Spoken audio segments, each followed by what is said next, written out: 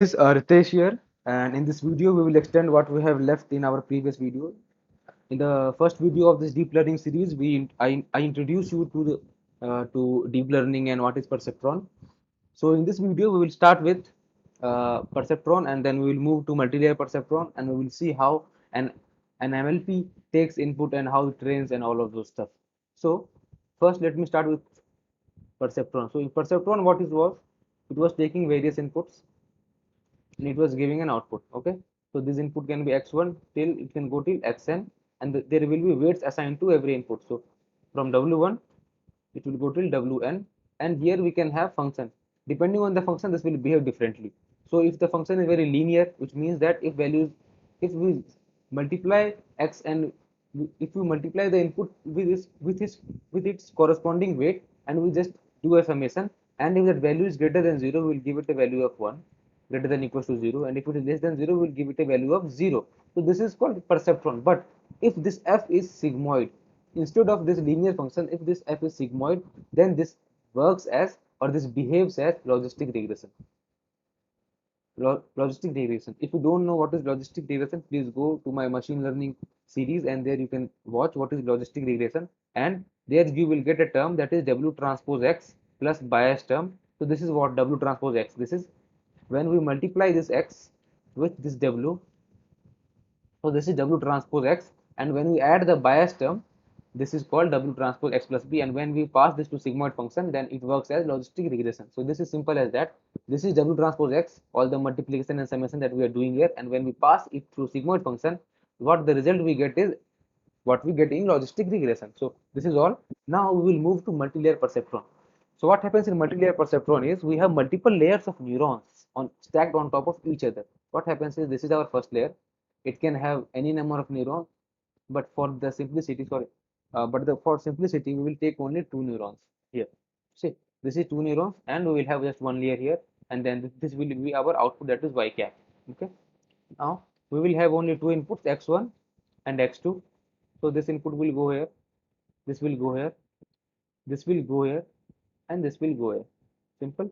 Now the output of this neuron will go here, and the output of this neuron will go here. Now just follow the convention that I am using here, because I will be using this convention throughout our video lectures. So the weight assigned to this particular to this particular connection will be W11. Why 11? This is going from first input to the first neuron, that's why 11, and this is the subscript 1 because this is the first layer. As simple as that. Now this is going from first input to the second neuron, so this is called 1 2, and this is 1, this because this is first layer. Now this is going from second out uh, this is going from second input to the first neuron, so this is W21, and this is w this is the subscript is 1, and this is going from second input to second neuron, and the subscript is 1. Now for this one is this is going from first neuron to the first neuron, so this is 1 1, and the subscript is 2, and this is going from second neuron to the first neuron, and the subscript is 2. So these are the conventions till now. Now what we will do is we will divide this neuron into two. In practical or in real life, there is no such division here, just for the demonstration purpose and for the diagram purpose. Now what I will do is the input given to this neuron will be called as A1, the input given to this will be called as A2, the output given by this particular neuron will be H1, and the output given by this particular neuron will be H2, and the input that this neuron will get will be A3, and the output that this will get is H3. Now just remember that H3 is the output and Y cap is also the output. Since we have been using Y cap as our convention, so H3 will be equal to Y cap, or H3 and Y cap are synonymous. Just remember this. Now we have not decided yet what will be the function inside this neuron that will take those values. So for all the coming videos, we will be using sigmoid. So all the neurons all the neurons will have sigmoid function okay, sigmoid function inside working. Now we have decided on what are the conventions and all. Now we will see how how these values propagate through this particular architecture and how this architecture learns from the data that we are giving it to. Okay, so in our machine learning, see, I will assume that you all know machine learning before jumping into deep learning, because some basic concepts are necessary before learning deep learning, and for that I will not be repeating all those steps. And if you are not very well versed with machine learning, then I will suggest you to please revise some of the basic concepts, such as how the optimization is done and how gradient descent works and all of those stuff. So I will be just using the equations here.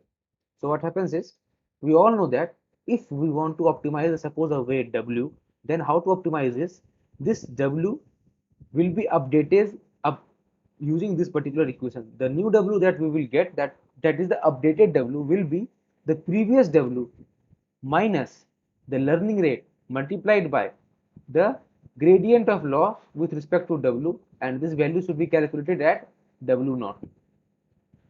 So this is the function that we are using. Sorry, this is the equation that we are using to update our W, and so that we can have the most optimized W. So now suppose this architecture has to learn from the data, then how many weights we have to optimize? This particular thing, this particular, this. So these are four weights, four parameters here, and two parameters here. And for this particular, we will have a bias term B1, and for this particular we will have a bias term B3, and for this particular we will have a bias term B3. So for now, just for the simplicity, we will not be considering these bias terms, but later on when we will code this particular neural network, then we will be considering these things also, and there I will explain you. Or there might not be very urgent need to explain this concept, because once we do for weights for bias term also, this will be similar. So first we will see how to optimize this particular weight using this particular equation. So for this I will be using chain rule first thing. The second thing that I will be using is partial differentiation. So if you don't know these things, there is no need to worry, I will explain you in this particular video only. So now let us jump into this particular thing. So before writing all those diagrams, let me first draw this particular network here, so that it will be easier for you to visualize. So this is x1, this is x2, and for now we will be only focusing on W11, this one subscript, and this is going from first to second neuron, so this is W12, and the subscript is 2 because this is the second layer and this is the first layer. Now the input that we were giving it was A1, and the output we were getting was H1, and the input this particular neuron was getting was A3, and it was giving H3 as output, which was nothing but y cap. Now this particular neuron is also getting input from this one, and this is A2, and this is H2, and this is W, going from second neuron to first neuron, and the subscript is 2. Now let me define what is the loss function here, because before differentiating the loss with respect to the weights, we must know what is loss. For now, what we are taking is mean squared error. We are taking mean squared error. If you don't know the name, there is no need to worry. This is y minus y cap. This is squared. What is y? Y is the actual label. Suppose we have a data point and it has the actual label. This is the ground truth. This is the reality, and this is the value that the model has predicted. This may vary to a very large extent, or this may be very close to this. So that is not our point of discussion for now. So this is our loss function. Now what we have to do is we have to differentiate this loss function with respect to weight, this particular weight, that is W11. This is one is as the subscript. Now we have to differentiate this loss function with respect to weight, but we cannot differentiate the loss with respect to weight directly, because loss is not a function of weight. Before differentiating a function with respect to some variable, that function must be a function, or this particular L or loss must be a function of weight in order to differentiate it. But we know that this loss is a function of y cap. What is y cap? Y cap is the output that the model gives. And what is y cap? Y cap is H3. So from now on in our equations we will use H3, and at last we will replace y cap with H3, or we will replace H3 with y cap. There is no need to worry about that. So we can differentiate loss with respect to y cap. This is simple. Or let me make it H3 only, otherwise you all will get confused. So this loss is differentiated with respect to H3. Why we are differentiating? Because our loss is y minus H3 square, as simple as that. Since this loss is a function of H3, we can differentiate loss with respect to H3. Now, this is our chain rule. Now we know that H3 is not a function of W11. H3 is not a function of W11. H3 is a function of A3, because this is the neuron, we are giving A3 as input and we are getting H3 as output. Now what is inside this particular neuron? So we have sigmoid function here. So now what will happen is we will give input to sigmoid as A3 and this is H3. What is sigmoid? Sigmoid is 1 upon 1 plus e raised to the power minus A3. This is sigmoid function and this is H3. And we know that differentiation of sigmoid is sigmoid into 1 minus sigmoid. As simple as that. We know that, we have seen earlier. If you don't know this, I have made this video in our machine learning series where I have derived why the differentiation of sigmoid with respect to the variable is sigmoid into 1 minus sigmoid. So now we know that H3 is a function of A3. So when we will differentiate H3 with respect to A3, what will be the result? The result will be this sigmoid of A3 into 1 minus sigmoid of A3. Why? Because of this particular thing that we have derived in our previous videos. Now sigmoid of A3 can be simply replaced with H3 and this can be written as H3 into 1 minus H3. Simple. So now we will see how we will replace all these things here, but we know that now we have to differentiate H3 with respect to A3 because H3 is directly a function of A3 and not W or the weight. Now what is A3? What is A3? A3 is H1 multiplied by this plus H2 multiplied by this. We know that. We know that. What is A3? Let me draw a line here. So what is A3? A3 is simply a dot product of the outputs of this particular neuron and these weights. So what is H3? H3 is H1 multiplied by W12, this 2 plus what is, and this is H2 multiplied by W21, this. We all know this. In our logistic regression, we have seen this. And if you don't know, then also this is our common sense. This is H1 multiplied by this, we get here, plus H2 multiplied by this. So this is our A3. Now now we can see that A3 is a function of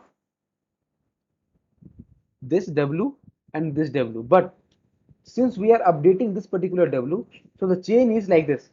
The chain is following this path. So when we are following this path, this particular path, this weight is irrelevant. This neuron is irrelevant because this is not adding much. So this is the most relevant path. So we will ignore this particular weight and we will only focus on this particular weight. So what we have to do is we have to differentiate this particular value with respect to the function that will we will differentiate this particular thing with those variables that has made this function or that is dependent on this function. Okay, so what we will do is we will differentiate. How to differentiate? This is just wait, let me change the color. This is dou, this is A3 upon dou H1. Why? Because this particular A3 is a function of H1 because H1 is passed here. Now H1 is a function of A1. Similarly, as H3 was a function of A3, similarly H1 is a function of A1. Why? Because sigmoid of A1 will give us H1. Now when we will differentiate H1 with respect to A1, we will get H1 into 1 minus H1. Simple. So we have to differentiate A1, sorry, we have to differentiate H1 with respect to A1. Now what is A1? What is A1? A1 is a function of this particular weight and this particular thing, but we will not consider these things because this particular A1 is mostly dependent on this, and since we are updating only this weight, so we don't have to worry about these things. This is partial differentiation because when we are focusing on one particular variable, rest of the variables are treated as constant in partial differentiation. We all know that in our standard 12 we have seen all those things. So when we will focus on this particular weight, rest of the weights will be irrelevant or they will be treated as constant. Hence, the differentiation will be 0. So A1 is x1 multiplied by w11 subscript is 1. So when we will differentiate, now we can differentiate A1 with respect to this weight w11. So what we will do is we will multiply this one is with differentiation of A1 with respect to differentiation of this particular weight. So this is our final equation. So now what I will do is, I will just replace, we will calculate all these separately in our next video. We will calculate all these separately in our next video and we will replace the values that we get. So I hope I have made the points clear enough, and if it is not very clear, please do let me know in the comments below, and I will make one more video making it more clear than ever. So thanks for watching this video and I will see you in my next video.